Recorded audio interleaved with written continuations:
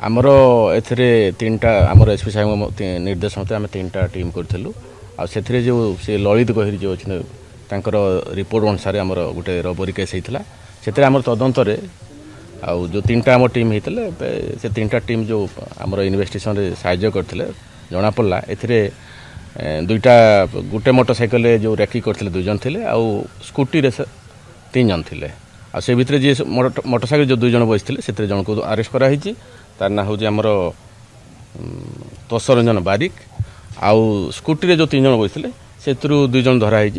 शिवा बोली जड़े आ गोटे भुवनेश्वर भई बोली जड़े 2 जन को धराई एम 1,39,200 टंका सीज करूँ ता सहित यूज होता स्कूटी आउ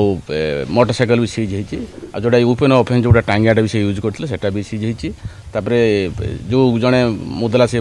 तार जो पैसा जो शेयर पड़ता से मोबाइलटा जो किनी सेटा भी आम सीज करूँ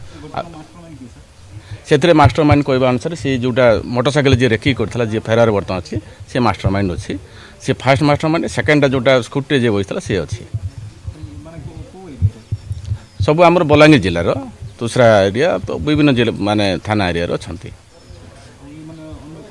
हाँ हाँ कैरेक्टर एडिसिनेट भी अच्छे आगु भी केस भी अच्छी